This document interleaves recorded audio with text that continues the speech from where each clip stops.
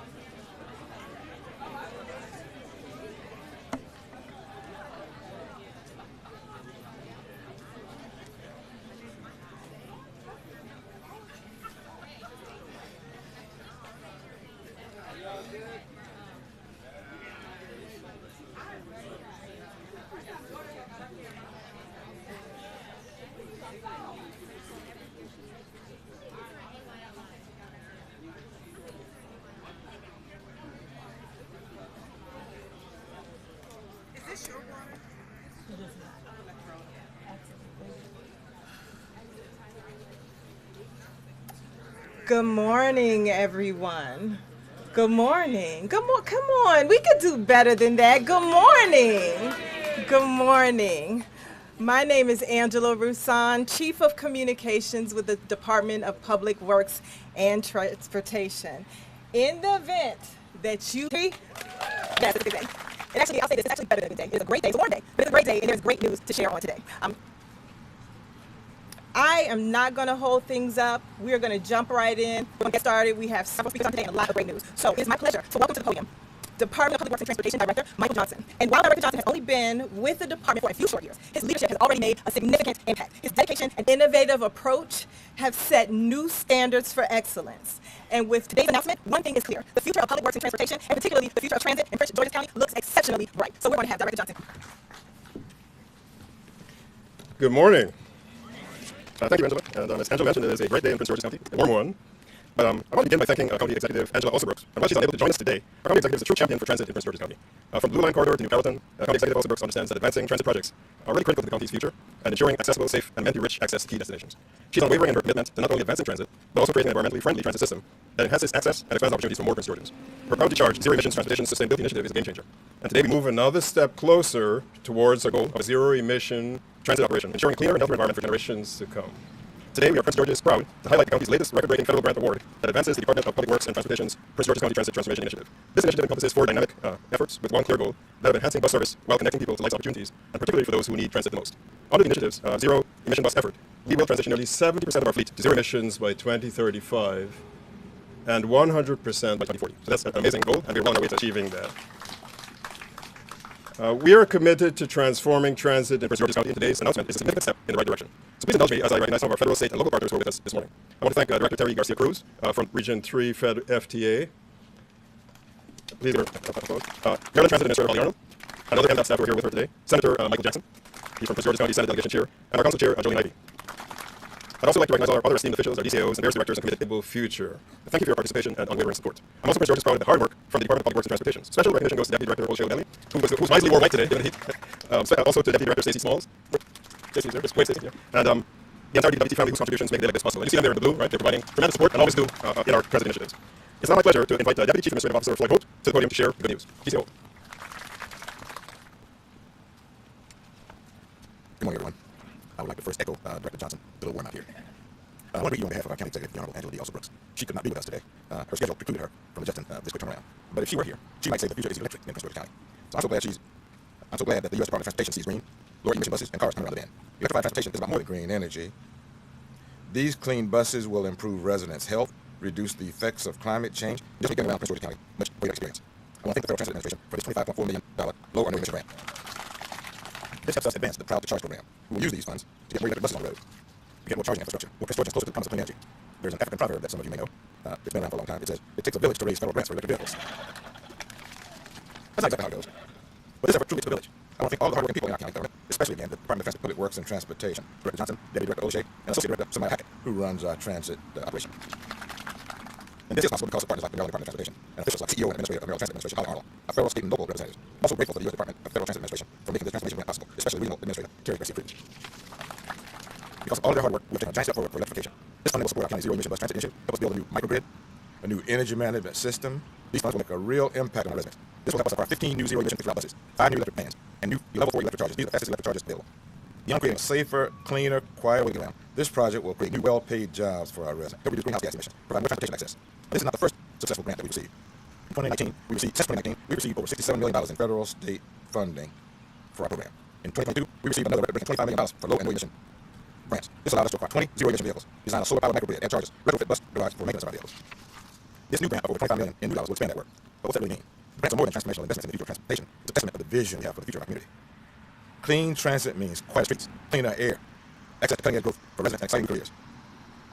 Our growing electrified bus network fits into a broader vision for transit. We're working to build a stronger sense of community and inclusive neighborhood. We want our residents to enjoy new amenities. We want to provide a healthy mix of housing options for our people. Our transit transformation initiative will help reduce greenhouse gases, allow community to contribute to a global effort underway to reduce overall climate change. At the same time, it's about supporting development, health, and high quality of life. These grants do more than next generation buses for the fleet. They help build desirable communities where people are excited to raise their families. You might say it's part of the new DNA. I want to again thank all the stakeholders who are part of this village. I want to urge each of you to look around to see what's ahead. Together, we're building a future that's greater than the past. A future where killing possibilities and unique refined realities will be every stop in Prince George's time. I want to thank you. So now I want to bring Federal Transit Administrator, Regional Administrator, Terry Garcia. Good morning, thank you, Floyd. As Floyd mentioned, I am Terry Garcia Cruz, and I'm the Regional Administrator for Region 3 Federal Transit Administration. We have 2 offices, one in Philadelphia and then one in Washington, D.C. And I'd like to also acknowledge what's with me today. I'd like to Kelly Tyler DeWay, she's out of our transportation office in D.C. And also, thank you. I'd like to also acknowledge Hannah Hagan, Waver. And I'm also joined, because it does take a village, right? It was referenced to. I'm also joined by Jerry Shields, and Jerry is with our Congressional and Public Relations Affairs Office in Washington, D.C. Jerry. All right, and on behalf of our FTA Administrator, Veronica Vanderpool, I am thrilled to be here to announce that the Federal Transit Administration is awarding Prince George's County over $25 million from the Low and No Emissions Grant. As you mentioned previously, this grant is going to support battery electric buses, vans, and also support the microgrid system. Your project is out of this, 117 grants, so the competitiveness was there. So your project is one of 117 grants FTA is providing to transit agencies and cities this year, each receiving a portion of $1.5 billion. Let me repeat that, $1.5 billion. Support from the Biden-Harris administration will provide transit Act. Thanks to Congress and the President's leadership, FTA is providing 6 times more money and federal funding to this program than ever before.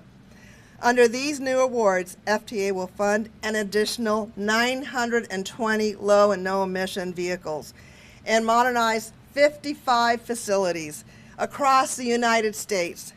Nearly 500 of those buses purchased through today's grants will run off zero emissions technology. That means we now have 6,500 American-made zero emissions operating, funded, or ordered, and more than doubling the buses on Americans' roadways over the last 3 years. FTA has now allocated nearly $5 billion under the bipartisan infrastructure law to replace and modernize transit buses. All of these vehicles will be made right here in the United States. This project, yay, creating those good paying jobs, right? Yay. This project, which we are celebrating today, will support Prince George's County in improving regional quality and reducing the carbon footprint. By helping transit agencies move into cleaner and greener bus technology, we are taking another major step forward in meeting the President's goal of achieving zero greenhouse emissions by 2050.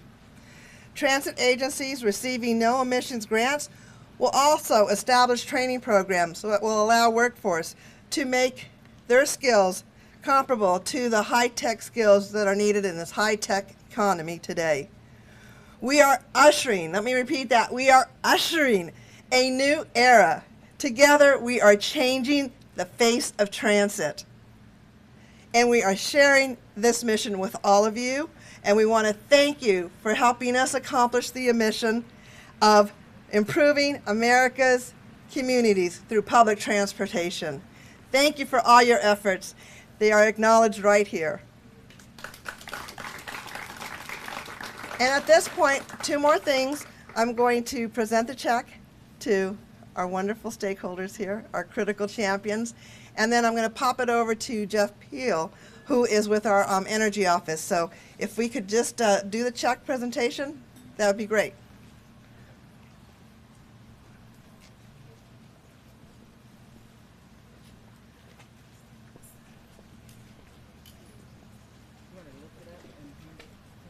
It's taped up. Oh, is it taped up? It is taped up.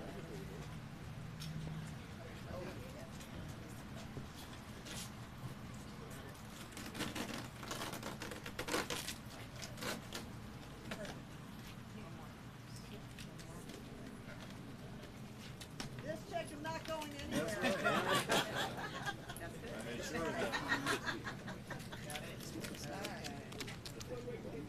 Okay. So y'all looking at me first, and then everybody else. Like the guys is not kind of staying in the gap. Fill in the gap, is that what we're doing? Yep, you can stay right there. This filling right behind, right under. Yeah, that's not me. That way we not too far. Definitely not me.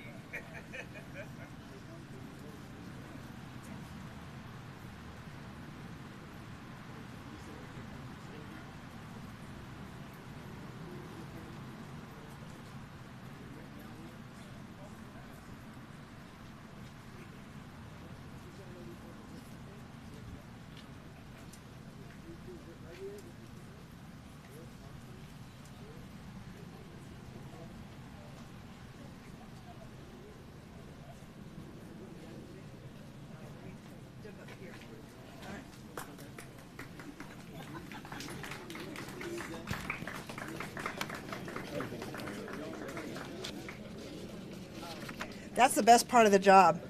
I'm telling you. All right, so now I want to introduce Jeff Peel. And he's a technical advisor for our office out of D.C. And, you know, we have two modes that have come together, energy and transportation. And he is really helpful. He's a deployment manager offering technical assistance. He and his team help communities transition to electrification. And with that said, I'm going to turn it over to Jeff. Thank you.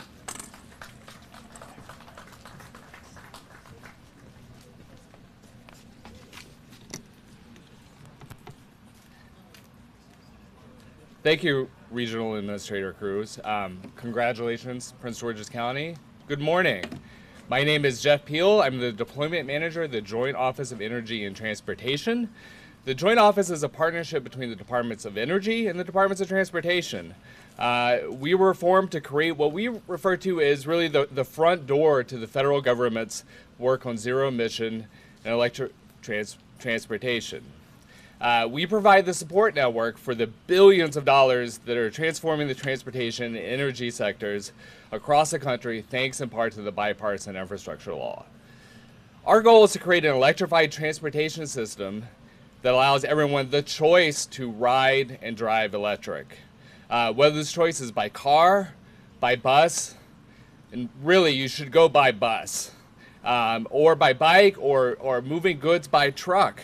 The Joint Office helps communities like Prince George's County make the transition to more climate-friendly options. I want to take a moment to remember why we're all doing this, particularly on this very, very hot day. Transportation is our nation's largest source of greenhouse gas emissions, and addressing it is absolutely critical to dealing with our climate crisis. So with this award, I look forward to working with Director Johnson and his team here in the county to help them implement this wonderful $25.4, I almost left off the $0.4 million grant here for your green energy charging infrastructure and resiliency project. At the Joint Office, our technical assistance team is working with communities across the country, across the state to answer questions, identify resources, and scale your best practices.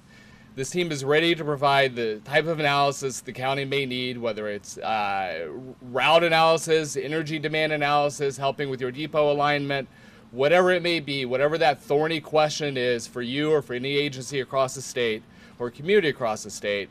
We're always an email or a phone call away. Please don't be shy. We're here to help. This award is to be celebrated, but it should not be surprising. Maryland is very much a leader in clean transportation. This award builds on the progress the state is making to invest more than $36 million that's already been received to build out convenient and reliable charging network along major highways across the state. Through our National Electric Vehicle Infrastructure, or NEVI, formula program. This is in addition to the $15 million awarded to the state in round one of the Charging and Fueling Infrastructure Discretionary Grant Program to deploy DC fast charging for personal EVs across the state. Now, I have no doubt we'll see strong applications from the region and across Maryland for the second round of CFI. Those applications for that $800 million program are due August 28th. So whoever your grant writer is, they don't get a rest. Get them busy working on that. It doesn't stop there. Prince George's County has also received $5.2 million this spring in the Clean School Bus Rebate Funding Program through our partners at EPA. That's along with 4 other counties across the state for a total of $16.7 million going to clean buses, clean school buses. We have Calvin Hawkins here, also from the County Council, and we're about to have a County Council session. So since we have to leave, they're very kind to let me go now. And I just wanted to echo a little bit what others have said, which is this grant is part of a larger mosaic. It's one step closer to a carbon-free future. And we do know that there are climate change deniers out there, but it's kind of hot out here today. I don't know what you all think. But I think that we do need to do more right now, and this grant helps us with that. It helps us move towards that future where it won't be getting hotter every year. Our Earth will not be warming in the same way it has been. But we have to take steps, and this $25+ million check is a step towards that. I'm a member of ZVIC. The governor assigned me to this, the Maryland Zero Emission Electrical Vehicle Infrastructure Council. And I say I was assigned to it because I really didn't volunteer. He nominated me and he gave me no choice. And I'm really glad that I accepted the charge because I've been working with officials across the state to develop policies, recommendations, and incentives that increase the awareness of zero emissions vehicles and recommend ways to encourage the ownership and support of EVs and the needed infrastructure. It's something that the council's already been doing when it comes to requiring charging stations in new housing. We put it in place for single family homes and for some attached homes. But as a council now, we're looking at legislation that will add that to multifamily homes and to some commercial areas. So all of these things work together, because if you have an EV but you don't have any place to charge it, that's not really going to work, right? And if you're uncomfortable thinking that, oh, I don't know if I can buy a car like that, for example, because I don't know how I'm going to charge it, you feel some anxiety, maybe you don't buy it. I'm really excited about these buses. Buses are a huge polluter, and I really think it's important when